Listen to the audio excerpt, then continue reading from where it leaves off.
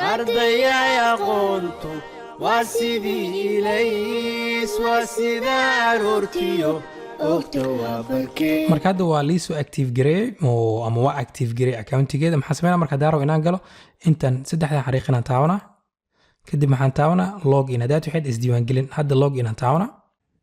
waarka markaan saa inaan dhahay meeshaan waxaan ku dhigayaa emailka isku diiwaangelisay sidoo kale hadaa rabtid markaas meeshaan waa ku dhigi kartaa nicknameka markaas aad sameeyay fiir maado kaliya da meeshaan ku dhigo oo ii galaya meeshaan marka remember me aan taa dhid mar walbaan aniga u gelin emailkeeda ama passwordkeeda login hadaan taabto sidaas toos ahaan ayaan ciwaankeeda aan u galay ama accountigeeda aan u galay